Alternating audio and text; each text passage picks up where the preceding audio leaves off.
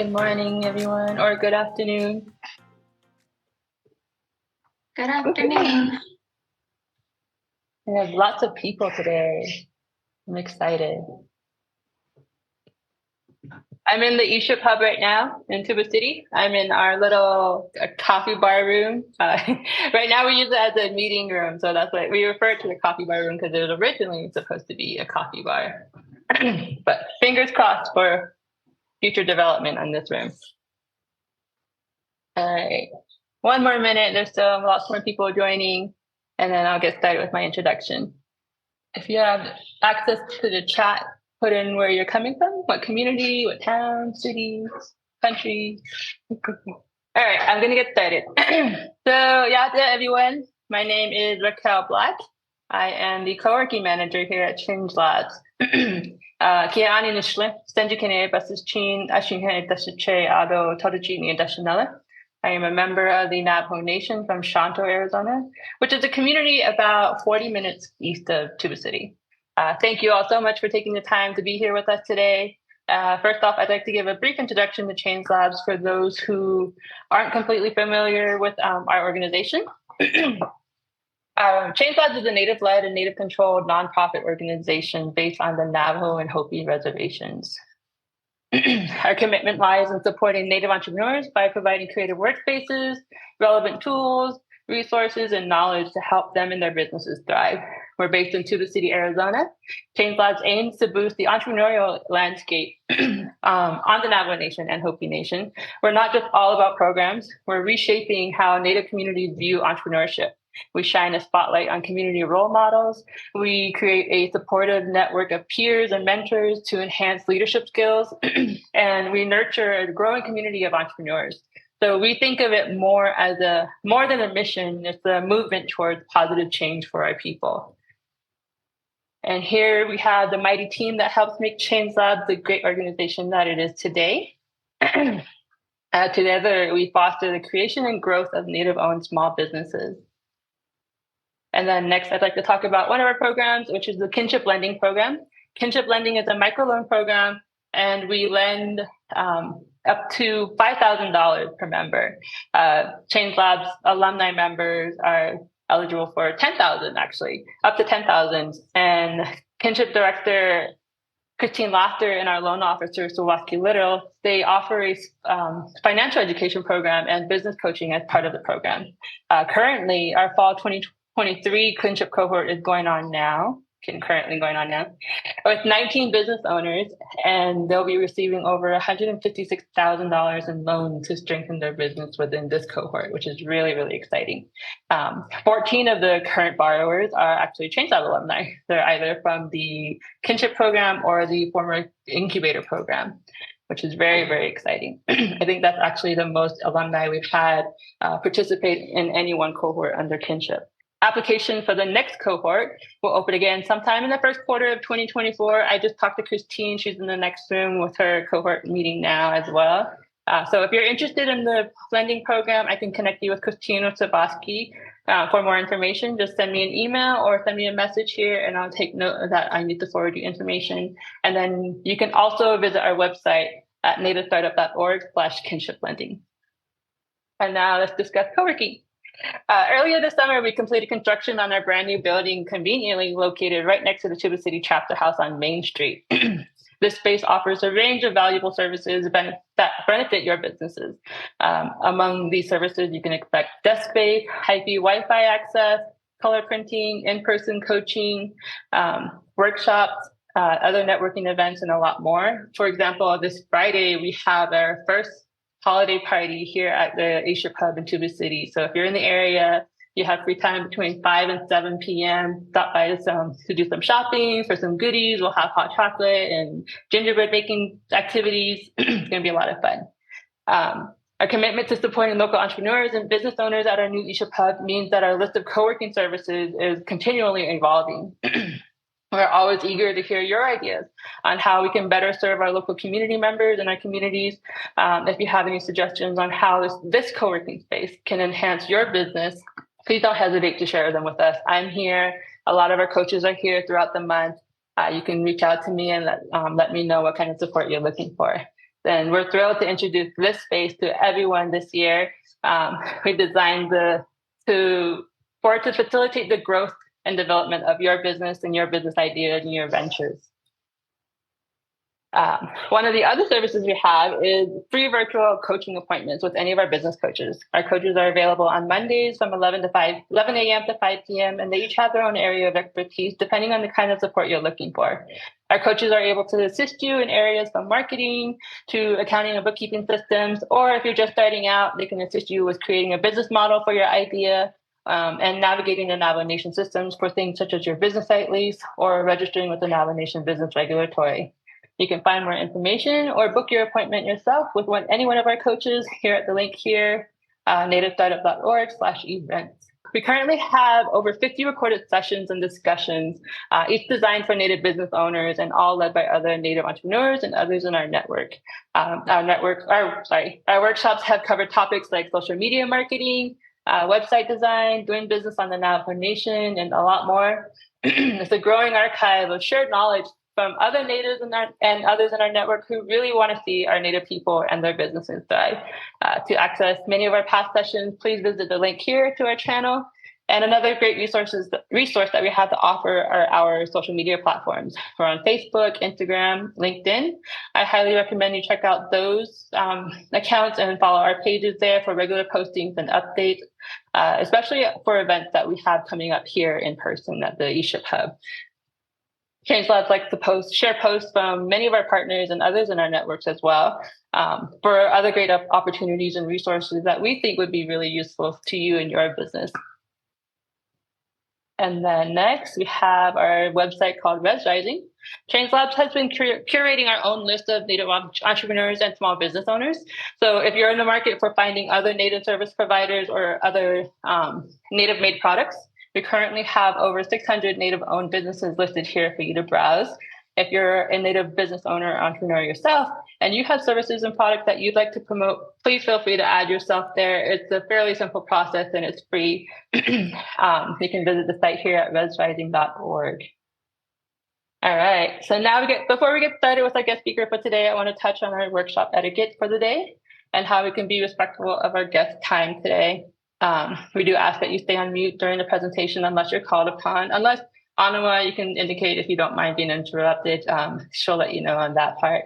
But please feel free to populate the chat box with your questions and we'll make sure to get to them before the end of our session today.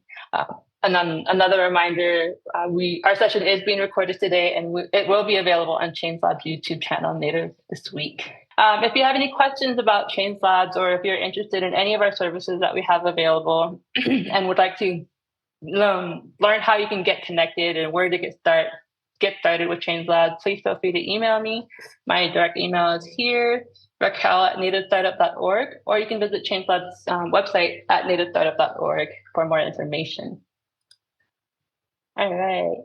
And now introducing our speaker for today, Onawa Haynes, Esquire, CEO and founder of Hozhonigo Consulting. We're really excited for Onawa to be here today. Part of what makes Change Labs so successful and in terms of like being able to do the work that we want to do, the way that we do it is because of secret weapons like Onawa. And if you see our co-founders post recently on Facebook, she says that as well and shares the same sentiments that Onawa. Having a really great grant writer and support from people like Onawa is crucial for the work that we do. And I would like to thank Onawa for being here today. She's going to give us an introduction to grant writing as much as she can in this next hour. So please help me give a warm welcome to Onawa, and I will turn it over to you. While we're switching over, doing all of our technical things here on our end, I'll give a brief introduction. Yate Anotro, J. Onawa Haynes, Nisha, Dene Nishle, Ado, Nutton, Georgia, Shidishin, Las Vegas, Nevada, Dishavan, Hashlishni and Shle, Bilagana, Bashichin, Hachi, Nidashite, Ado, Bilagana, Dashanella, the Etau, Sana, Nishle. Hello, everyone. My name is Onawa Haynes. I am Diné and Mescalero Apache, originally from Guamarco, New Mexico, which is right outside of Gallup. I saw some Gallup folks here. I currently live and work on Southern Paiute land, Nuwu land here in Las Vegas, Nevada. And I am Hozhonigo Mud people, and I'm born for the Bilagana. My dad is Irish and British. My maternal grandfather is Kachitni, or Red Running Into the Water, from the Fruitland Shiprock area. And my paternal grandfather is also Bilagana, Irish and British. And this is how I identify as a Diné woman. So I'm really grateful to Change Labs for inviting me to share this session with you all, a little bit that I've learned throughout my journey in grant writing. I've been working with Change Labs in the grant writing space for about 2 years now. We've built a really great relationship, and one of my favorite clients by far. So just quickly about me, again, I introduced myself. My background, I have a BA in Native American Studies as well as English. I received my Juris Doctorate from the University of New Mexico School of Law, where I specialized in federal Indian law. I've been working in and with Indigenous communities for about 20 years, and I'm just shy of 10 years of grant writing experience. Hozhonigo Consulting is a 100% Native American woman-owned consulting firm. We serve primarily tribes, Indigenous-led organizations, and small businesses with any sort of grant-related services. My husband also joined the business, and he does project management for mostly capital and construction projects. And since 2015, we're very proud to say that we've helped our clients to secure nearly $40 million in vital funding across various departments and service areas. So the goals for today's training, I should start just by saying that both my kiddos are homesick. So if you hear some chatter in the background, that's who's back there. We're all getting over colds. But in today's session, I will share the following. So we're going to talk about tips for finding grants and funding opportunities, how to develop effective grant proposals and letters of intent, and we'll talk about what those even are, how to develop SMART goals and objectives, talk about what that is, how to develop a grant budget. I want to share some considerations for when hiring a grant writer and things that I've seen in the industry, and some cautionary tales and things to look out for. We'll talk about grant reporting, just a quick overview, and then we'll have some time for Q&A. And I will be sharing some resources that in a follow-up, you'll be receiving a link to a toolkit, a grant writing toolkit. The resources that I'm sharing, all of the links that I'm going to be sharing, those will all be contained in that folder for your use and future reference as you're navigating the grant writing process. And also, since we have a lot of content to get through, if you can type questions in the chat, but we'll save all of our questions. I'll be answering those during Q&A. All right, so types of grants. There are a few major grant categories. The first is government grants, and that's usually referring to federal grants. There's a lot of state funding, as well as some local and county funding. Foundation grants. There are small foundations like the Vadon Foundation. They specifically serve Indigenous communities. There are large foundations. Those are your Ford Foundation, Rockefeller Foundations. Corporate grants. Those are, companies like Target or Bank of America or Wells Fargo, so on and so forth. One tidbit of information to know is that banks are required to have corporate giving programs. So those are always your best bet when looking at grant funding. That's kind of a good place to start when you're looking for corporate grants. And I'll give you some keywords to search for that as well. There's also awards and competitions. For instance, we applied for the Truist MIT Award for Change Labs, and we're named a finalist. So it just is kind of like a progressive program that you go through. Submit an application, and it kind of stewards you through like a pitch, practicing your pitch, like your elevator pitch for your organization or your business. So eligibility, this is basically like who can apply for grants. So what types of organizations can receive grant funding? The first thing you'll want to do is check the funder's eligibility section. And we'll go through that a little bit later when I show you a couple of examples.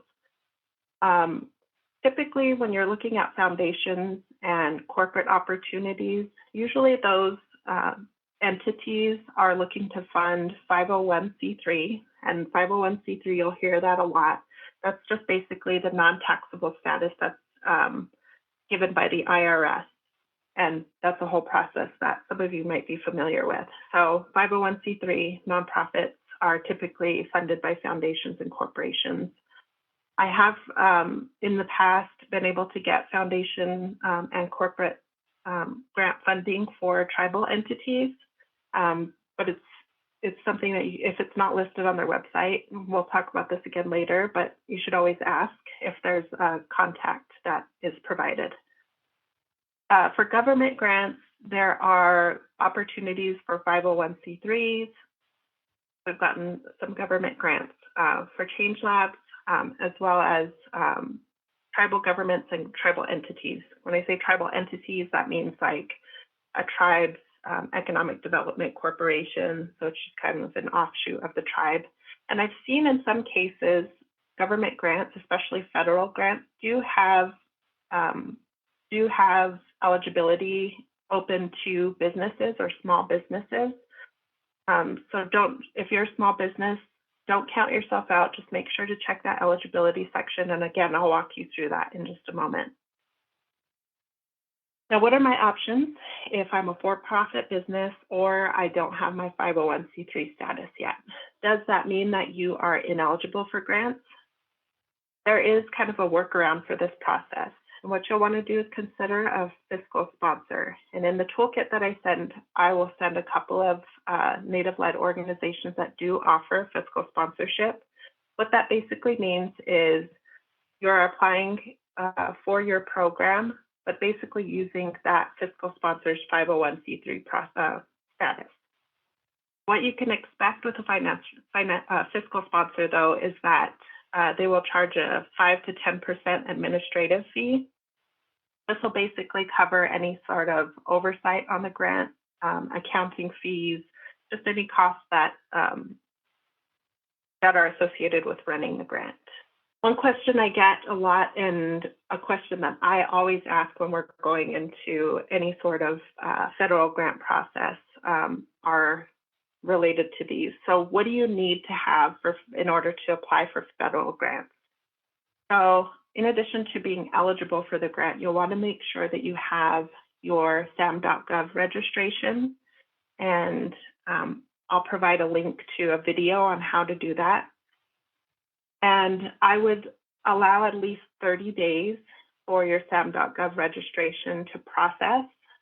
Back during the pandemic, there was a longer lag time, but it can take anywhere from 2 weeks to 30 days. So it's a good idea just to have yourself registered and to keep yourself every single year. You'll have to renew it and just update your information. And basically the SAM.gov registration is going to ask information about your entity, your organization, your business. You'll have to enter in some financial information and keep that updated every year.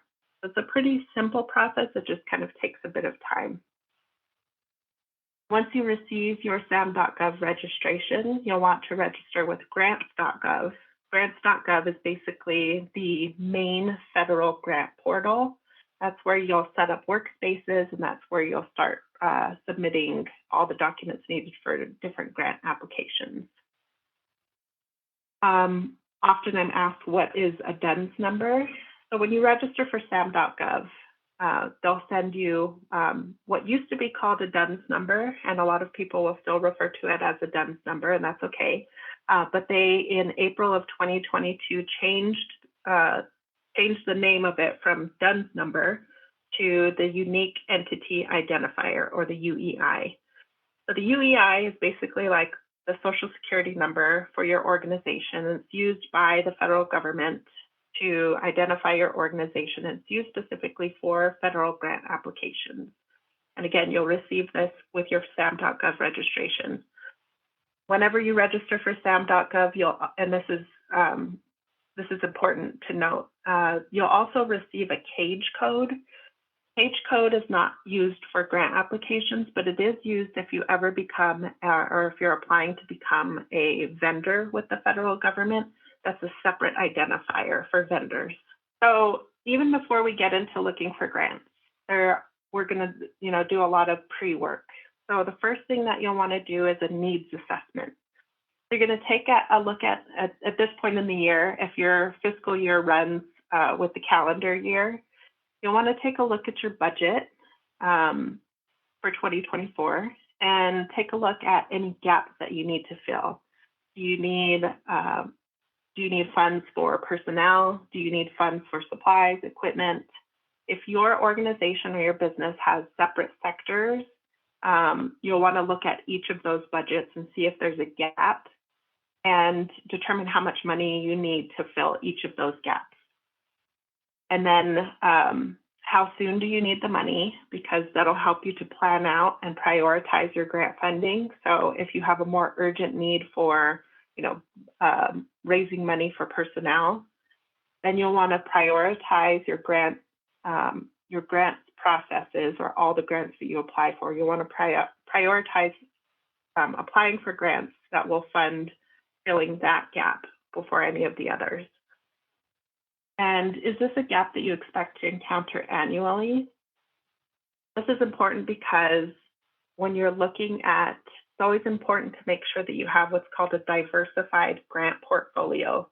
So what that means is basically you have plenty of different funders who are funding your program. So if you expect that you're going to have this gap annually, and this happens typically with nonprofit organizations because a lot of them are wholly funded by philanthropic dollars or grant funding or donors. You want to make sure that you have a good strategy around how you're going to fill that gap every year. Make sure that you have plenty of donors, that you have kind of all of your bases covered. And it also, again, helps you to prioritize when you're planning out your year for how you're going to kind of tackle your grant proposals. And one thing that actually Heather from Change Labs kind of helped shed some light on that I hadn't ever considered before. This was early in our relationship. She really was smart about taking a look at how much money a grant was awarding versus what the requirements are for grant reporting. Because once you get a grant, most of the time you'll be responsible for reporting at the end of that grant cycle, which typically will be a year-long cycle. So you'll want to make sure that before you start applying for a grant, take a look at how much bandwidth you have. A lot of we'll talk about grant reporting later, but a lot of grants will give you an idea of what their grant reporting requirements are. And if it looks like a grant, is a small amount of money, but has a lot of grant reporting requirements, it might end up that it's going to cost you more money in time to do the grant reporting requirements than is worth the money that they're giving you. So you'll have to strike that delicate balance between how much money do you need and how much time do you have to fulfill their grant reporting requirements.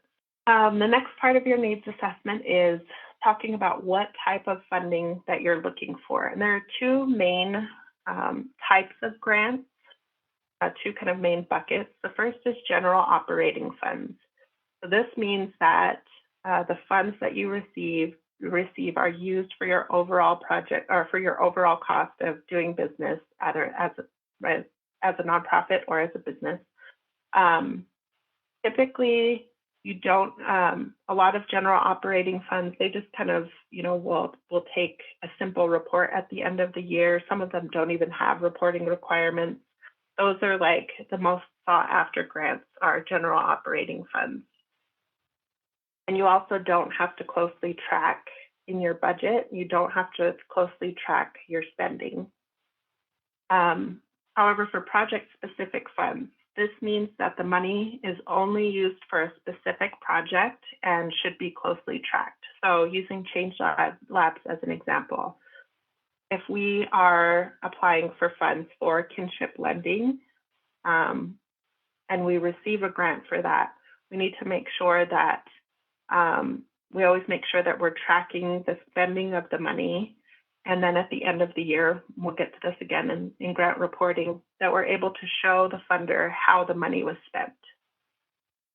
And one word of caution, do not create programs or projects just to align with a grant priority. So if you see some funding out there that's like, oh, well, it's sort of aligned to what we do, but you're going to have to like create a whole nother project or program that you haven't already planned and is not already on your roadmap, it's going to create more work for you in the end. So just stick with what you have planned, what you have on your roadmap, and it'll make your life a lot easier. We're still in our pre-work. We haven't gone out and looked for grants yet. One thing that I highly recommend is building a tracking mechanism. And what this does is basically grant research, as it says here, it can take you down a rabbit hole. You can start searching for one thing and, just find yourself, with 25 tabs open, and then you can't find the grant that you saw earlier that was like well aligned. Just want to keep yourself well organized. And also it helps, having a tracking mechanism helps you to map out the grants across the calendar year. I'm going to bring up an example, and this is also going to be in your toolkit. It can be a simple spreadsheet, which is what I love. I use a Google Sheet. It's free. You can customize it, make it work for you. Other things that other folks use are project management software like Asana or Monday.com. Those are subscription-based. Those have a cost associated, less customizable, but if that works for you, absolutely, by all means. I'm going to show you. This is a simple project prospect research tracking tool template. And again, this is going to be in your toolkit. Basically, as I come across grants, I organize them based off of their due dates. So I'll map it out throughout the year. And let's say I find a grant that's due in May 2024. It's going to go here, and I'll know April, I need to start working on this particular grant. What I like to put in here is the foundation or the donor's name, definitely identifying the submission deadline, because in the grant writing world, there is no flexibility, especially with federal grants. If you're 1 second, 1 minute late, it's late and they won't accept it. In this toolkit, feel free to make a copy of everything in there so that you can use it, because everything's just going to be in view only mode. But you can customize this to however works for you. For us, we put in there, is it a proposal or is it just a letter of intent? And we'll get into the difference between those two later. How much is available? We put the link to the opportunity, and especially what they fund, or why they're aligned to your program, to your business, whatever it is. Then we just have a simple drop down to help us stay organized with, are we working on it? Has it been submitted? This is all helpful for the end of the year to kind of show, keep track of like your successes, and maybe some of the organizations or the foundations or donors that you want to go back to that may have declined you in the past. And then another column just for notes and next steps. Those are just internal notes to help you if there's something interesting that you want to put in there, or if somebody has talked to, you've talked to a board member from this foundation in the past, you'll maybe want to write that in there. Again, this is going to be in your toolkit. We're going to start our search finally. We've got all the things that we need. There are several ways to search for grants, and I've noted them here, and I'll take you through a quick demo of a couple of these. Federal grants, there's two major ways to search for those. You either use grants.gov, and it's free. I'll walk you through that. Or you can sign up for the agency newsletters. For instance, if the USDA has a newsletter, you can sign up for that. And the USDA actually delivers a lot of a lot of grant opportunities. I think once a month they'll send out a newsletter that has all the opportunities in there. For foundations and corporate opportunities, you can set up a Google alert for certain keywords. You can just go on Google and just kind of start searching different keywords to see what works. Back when I said that banks are responsible, they are required to have corporate giving programs. So here what I put in is for corporate searches, you'll want to search the business. So if it's like Target or Wells Fargo, for instance, we'll just use Target, and then you'll type in corporate giving. If that doesn't pop up, you can type in corporate responsibility or community giving. That's like, those are the main keywords that you're going to use for corporate opportunities. So Target, Walmart, any bank you can think of, any like Costco, anything like that. That's always helpful, a helpful search term. Google, of course, is free, the free way, but it can take a little bit of time. The paid subscriptions that I have experience with, GrantWatch, Instrumental, and Open Grants. I will say that GrantWatch is not very user-friendly. It is a lower cost. I think it's like $200 a year, something around that. Instrumental, extremely user-friendly, really helpful systems within, tracking systems within the application. That one is about $270 a month, so a little bit more costly. And then Open Grants, I can't remember what that one is, but it is, I think it's a lot more user-friendly, and I think a lot more cost-effective. It might be like $300 a year as well, a lot more user-friendly than GrantWatch. So let me demo a couple of these for you real quick. Grants.gov. So we'll see, I typed in here just grants.gov. This is for federal opportunities. Click on search grants. This is where you're going to type in your keywords. So let's say tribal broadband. And you'll just, have to kind of go through here and see what the problem is, that it'll pick up everything that says tribal. It won't pick up like tribal broadband and just give you those results. So you'll have to kind of go through here a little bit. But you could also look at small business. So there might be some opportunities here where their small businesses are able to apply. So if you see anything that that is somewhat aligned, take a look at this language. I had talked about eligibility earlier.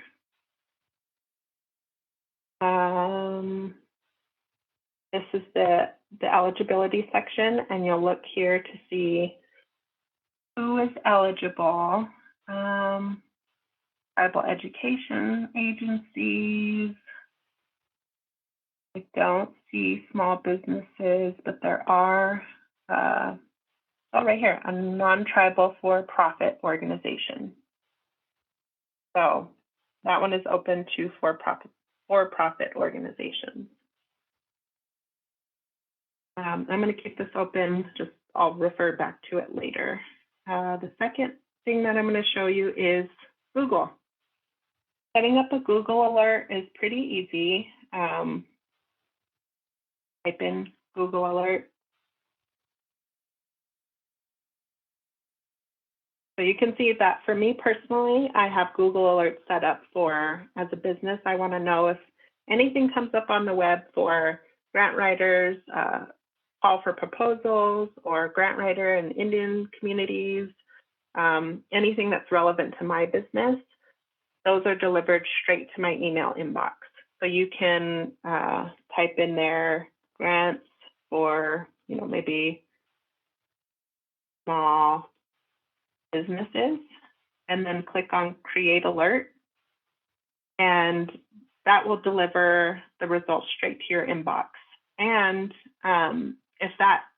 if you start getting way too many opportunities sent to your inbox, you can come back here and you can edit your alert by clicking on the pencil. And it'll let you know, it'll let you choose how often you get the alert. And then you can, redo your title, your keyword search here, and then update the alert. So that one's kind of a, trial and error for what's going to work best for you. The other way that I search for grants is on Google and type in grants for, say, grants for language, native language program.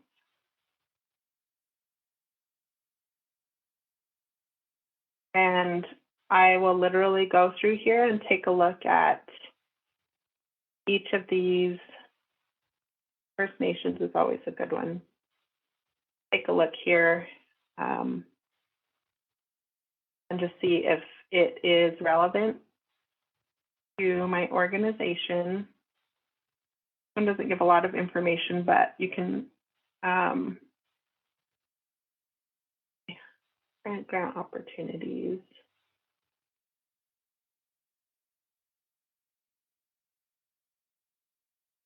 I'm currently available. In the toolkit, I'll make sure to give a couple of examples.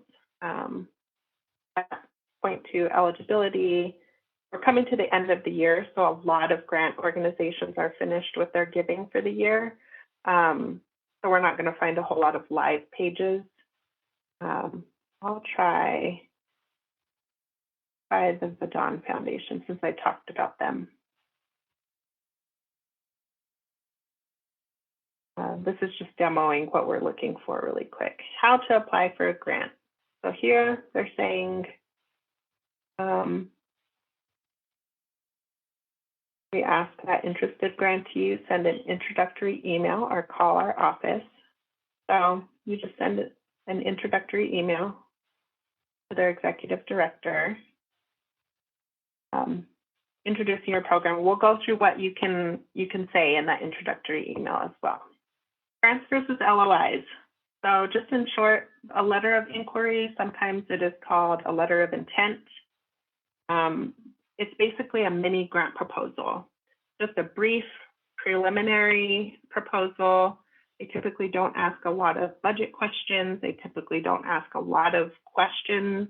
It's just basically a way for funders to kind of sift through and do a quick, scan through all of the organizations who are interested in applying.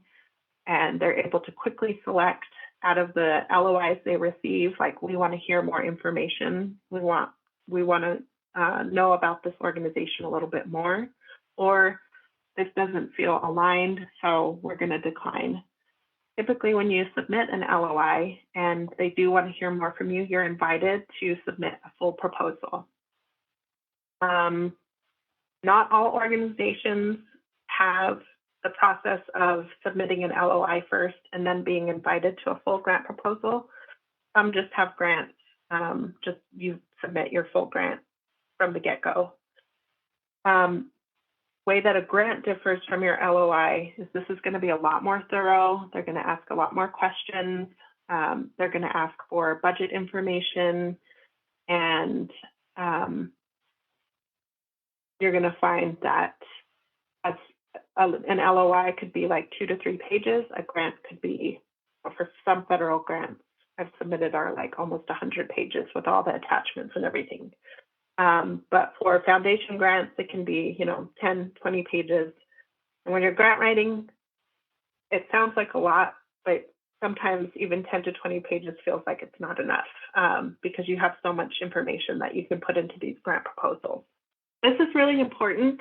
Grant writing versus other writing styles.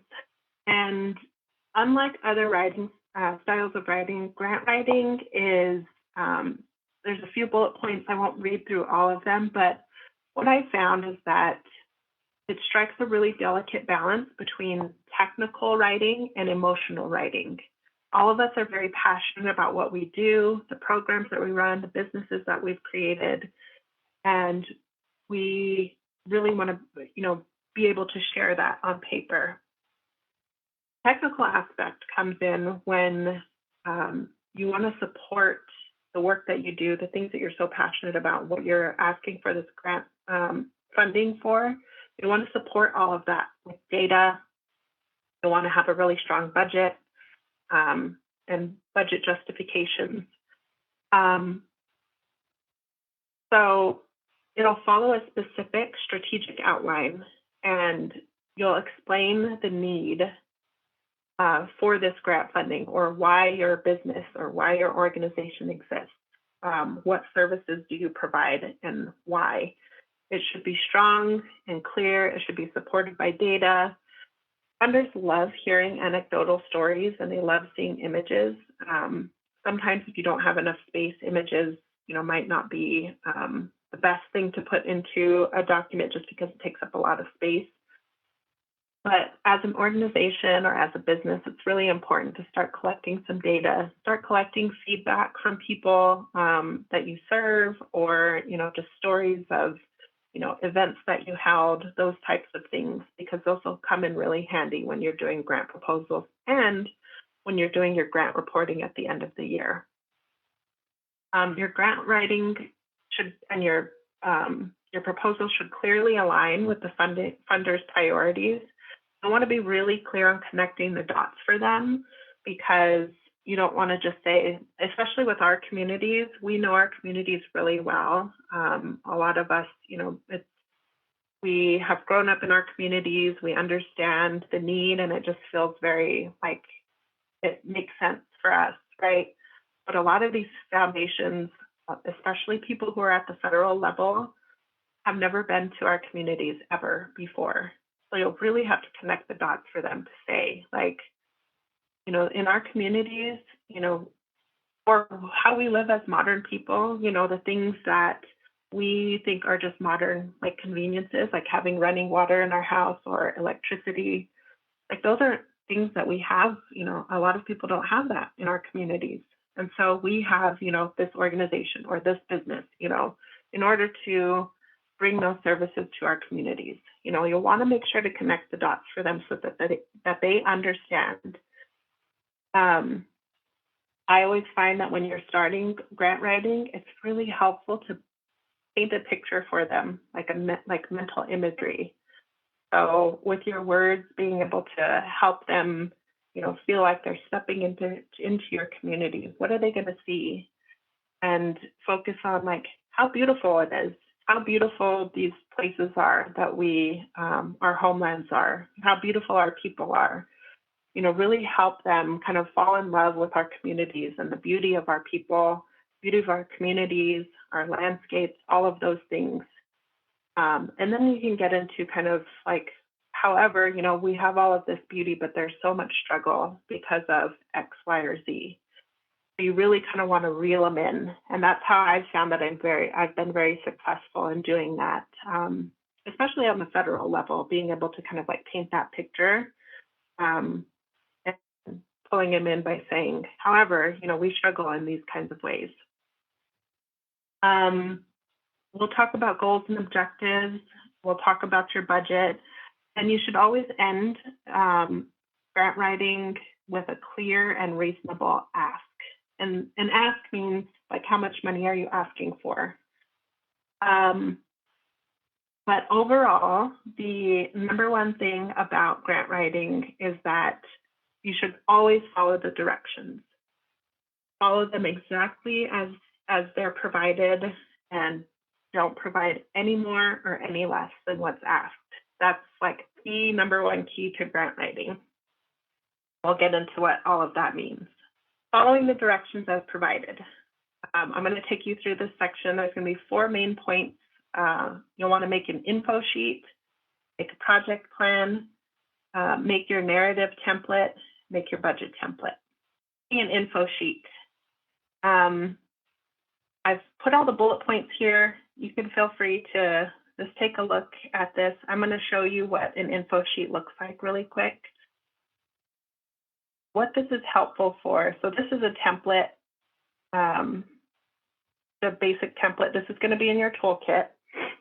This basically is just putting all the information, the relevant information that you have for the grant opportunity. It's pulling it all into one or 2 pages so that you have all of the most important information that you need. Title, the link to the grant opportunity or the grant portal, because there will be different submission ways that they'll want you to submit your grant. Either they'll want you to email it. Maybe they have a grant portal. That's an online thing where you have to create an account, and then they have all the questions that you fill out. Most places don't ask for mail-in grant applications. I've had one in probably the last 10 years, and it was actually here in Las Vegas. The deadline, very important. The total amount that's available, and the number of awards anticipated. This is typically for federal grants because you'll know if there's like $1 million available, but they're only going to make 2 grant awards. Very highly competitive. I typically don't spend a lot of time on those grants because the kind of behind the scene info that they don't really share is that they've probably already created this grant program for a couple of specific entities that have already been pre-selected. So it's not really worth your time to even go for those grants. The award ceiling is basically the max amount of money that they'll give for one single award. Cost match for federal grants, this is really important. Typically for Indigenous communities, tribal communities, there will be a waiver for this. And if there's not, you'll want to see, let's see. Let me see if there's one here. Here on this, this is the the federal grant language education program that we looked at earlier, where you're going to pull all this information from. You won't find most of this information for a federal, for a foundation or a corporate grant, but this is for federal. And I'll make sure to note that in this info sheet template before you get your hands on it. So, is there a cost share or match requirement? That means no. If there was, it would indicate on there how much of a percentage of a cost share or match is required. That typically means if you're asking for $1 million and there's a 10% match, that means that you have to put up 10% of that $1 million. Again, that's for federal grants, and I'll be sure to note that. Grant purpose, eligibility, technical requirements. This is definitely following the directions. Whenever you're looking at either a foundation or a federal grant, it will say, mostly for federal grants and sometimes for foundations, they'll tell you what your page limits are, your spacing, whether it's like single spaced, double spaced. I have gotten myself into a situation a long time ago where I filled up every 30 pages single spaced, but it needed to be double spaced. And so it was really scary. And I had to go down and cut a whole bunch of stuff out. So knowing this stuff ahead of time is really helpful. Your font type, sometimes they want Times New Roman, or, they'll say in there what type of font they want, what size. Sometimes they'll say 12 point or no less than 10 point font, and then word count. You'll find a lot of word counts when it comes to foundations, word or character counts. So they'll say that for this question, you only can answer it in 500 words or less. And for that, I'll put another link in here. I just use a character counter tool online that helps me make sure that I'm under character or word limits. Allowable and unallowable costs, basically that's looking at, okay, I need money for personnel. This grant allows, and it'll tell you, especially for federal grants, they allow you to apply for funds for personnel, but they don't allow you to apply for food. Most federal grants don't let you cover food. So, if you're going to be holding an event, training event for your personnel, you'll have to cover your food with some other type of funds. And then you'll want to enter any other relevant information that you find. And again, you can make it your own. This is just a simple example. I have a link to the Notice of Funding Opportunity. This is a federal grant that we did. A link to the application, the title of the grant, total amount available, individual awards, noted in bold that it's first come, first served basis, which means the deadline doesn't matter. We need to apply for this ASAP because once the money's run out, the money is run out. There was not a federal match for this grant. And then the allowable costs and activities we noted here.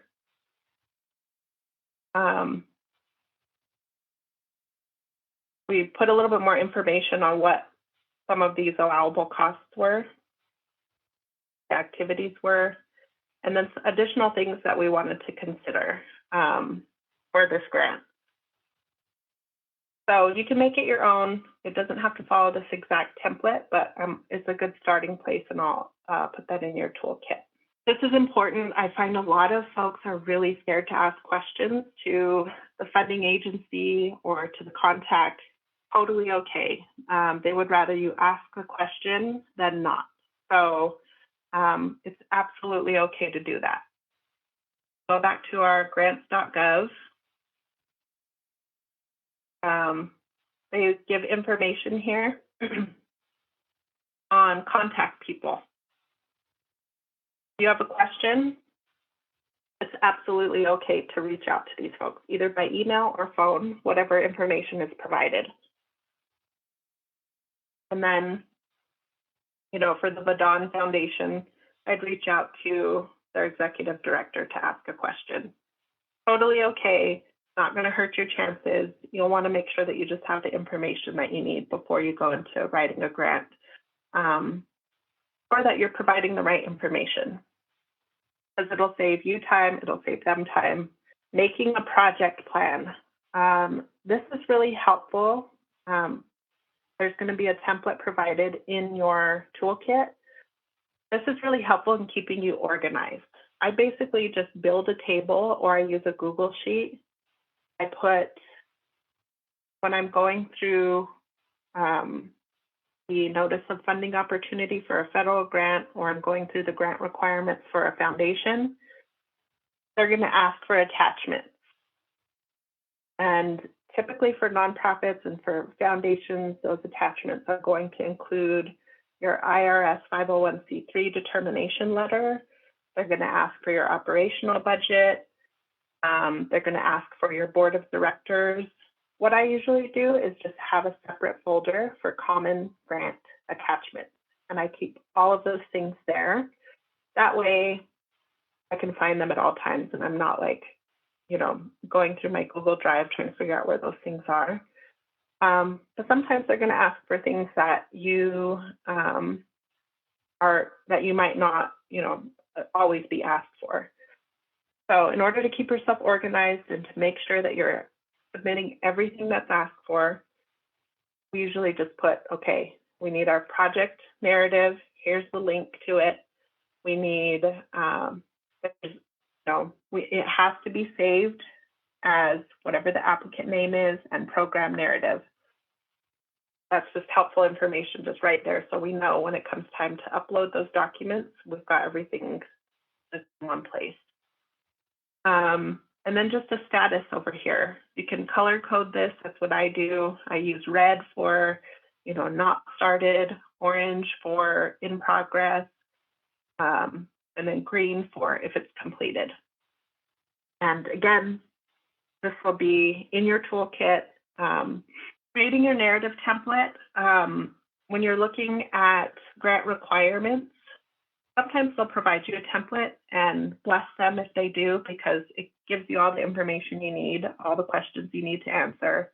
Those are the best types to work with.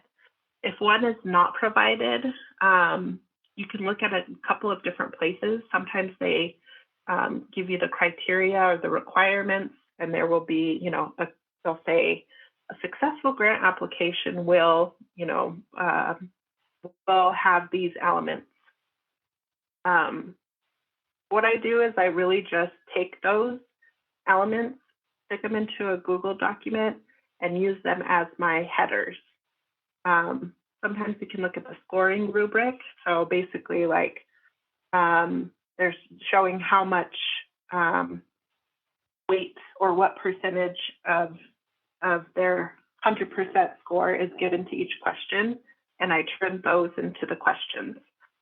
I pull everything into a Google Doc, even if they give a template.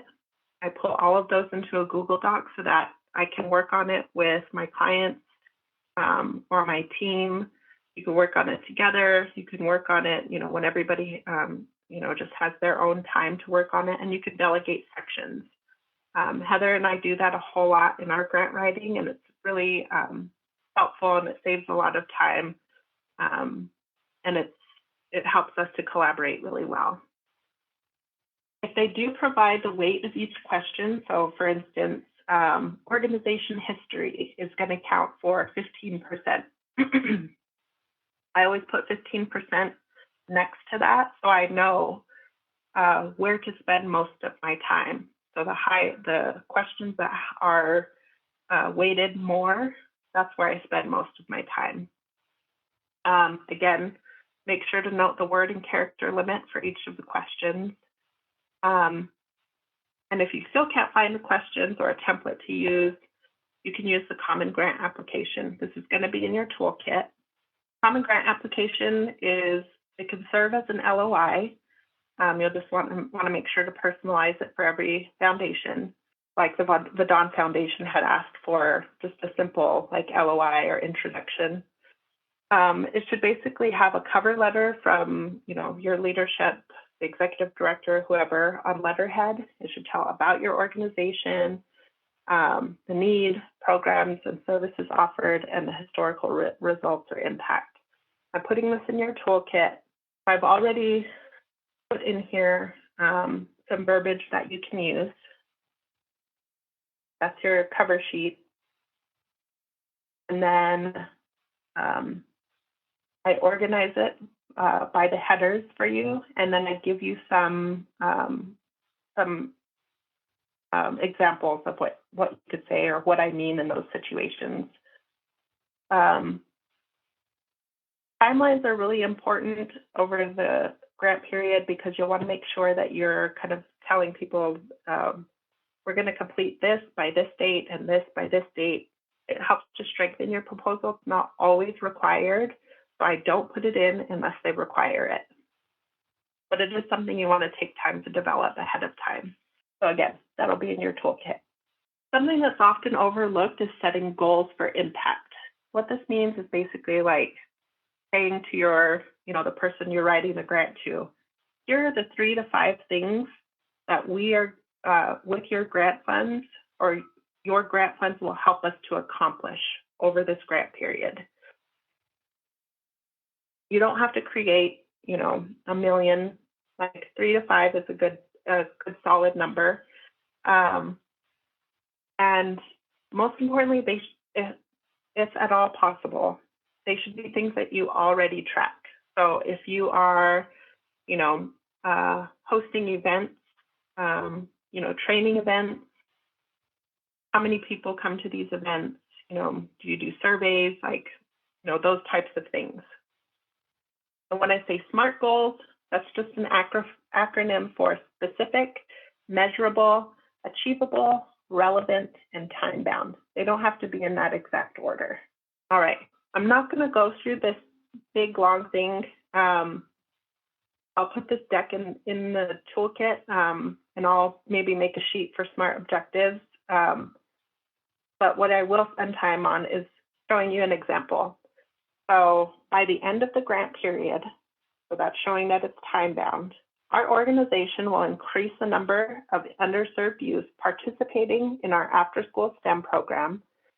That there, for this particular organization, would be relevant because they host after-school science, technology, engineering, and math programs from 50 to 100.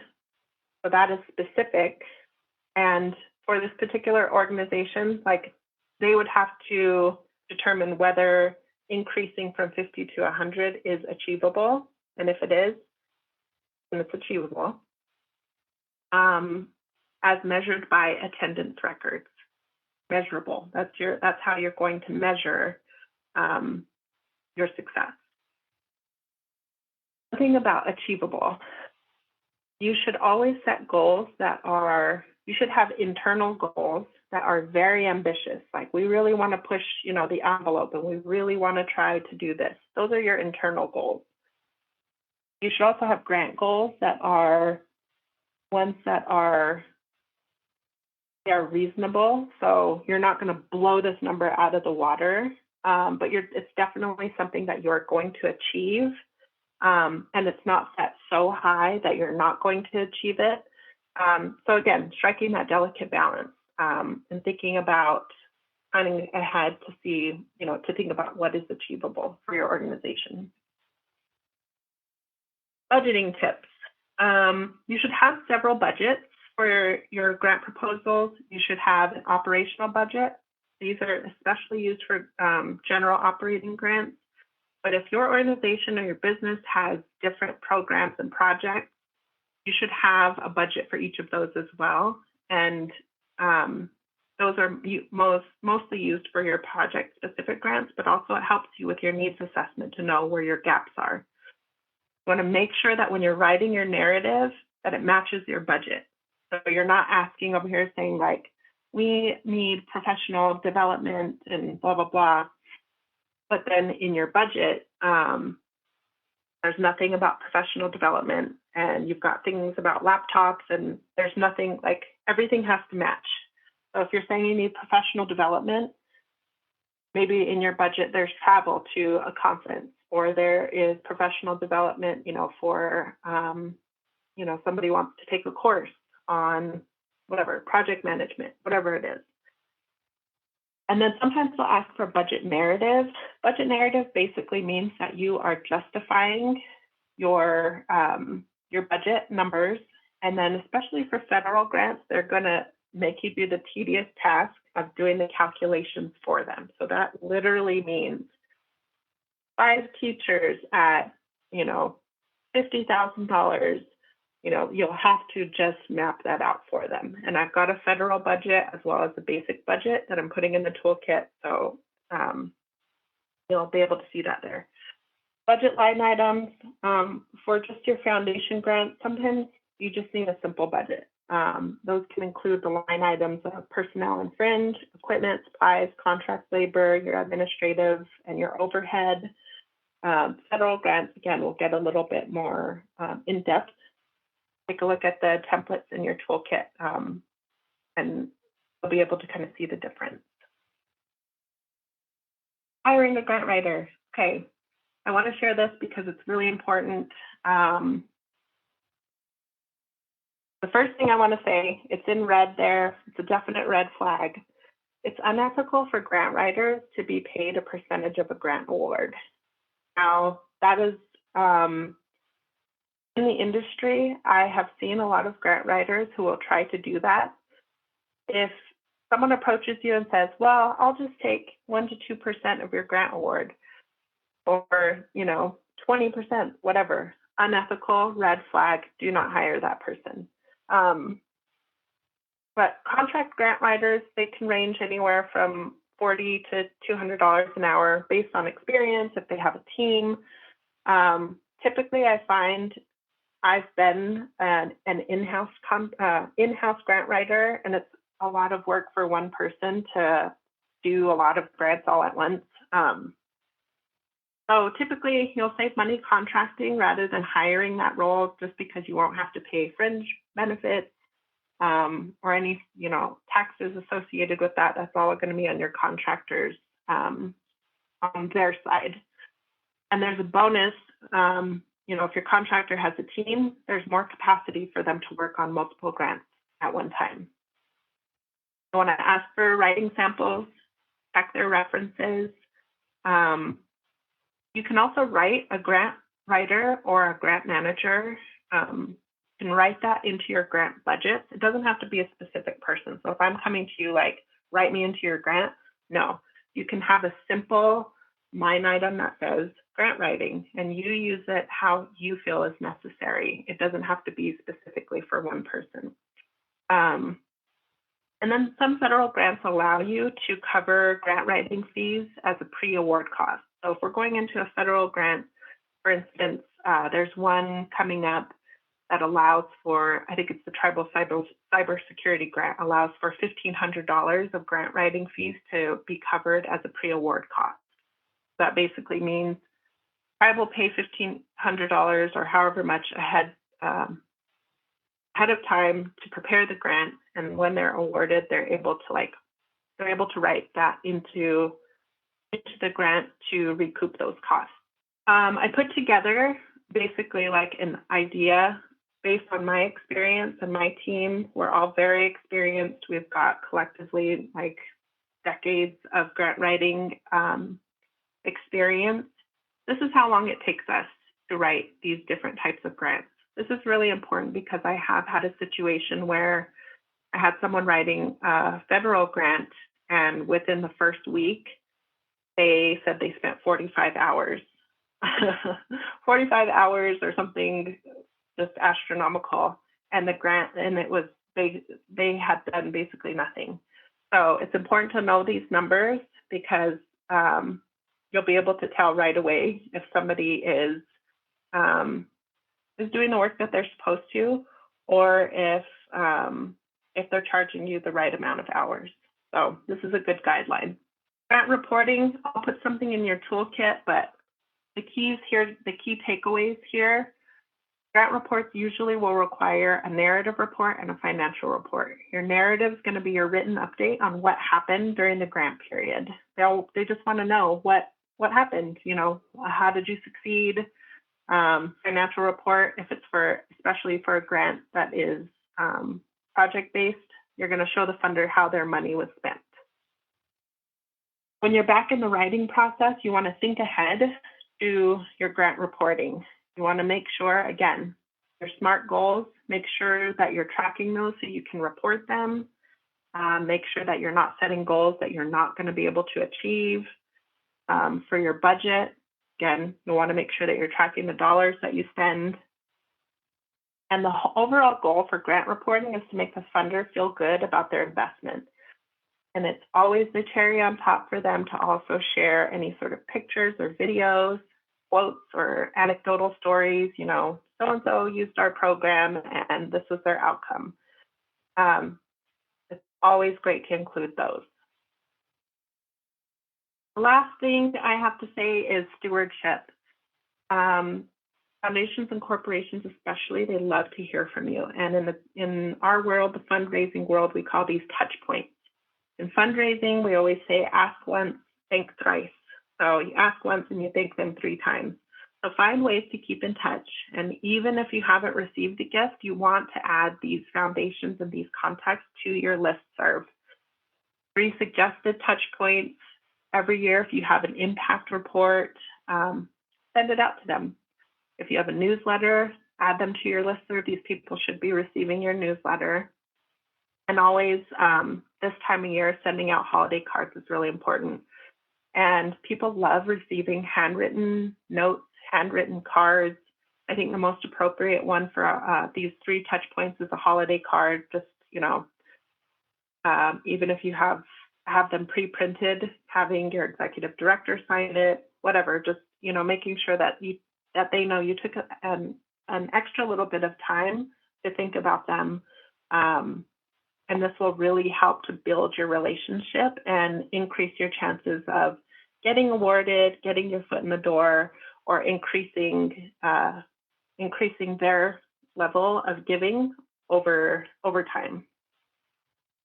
All right, and that's all I have. I know I took up a lot of time, but questions and answers. Thank you, How many Onawa. questions? How you can answer. There are a few questions in the chat I saw. I can read through those and then we can get through them as quickly as you can. All right. So there's a question from Frida. She says, the more specific the Google alert, the more convenient question mark to avoid a whole lot of emails, or the more broader, the better. The more specific, the better. Again, it's going to be trial and error because you might find one keyword might send you a million emails and it's not relevant. You'll just want to start refining those keywords so that they're only going to send you the most relevant results. All right. And then from Aaron's asking, can you provide your PowerPoint presentation via email? Yes, I will put it in the toolkit. And that's going to be sent out after. And then we have Elvira. She's asking, what type of grant did you say to avoid, the ones that may already be present selected? Those are going to be the ones, especially in the federal level, where you see that there are like only one or two grant awards available. I wouldn't spend my time on those because those are probably pre-selected.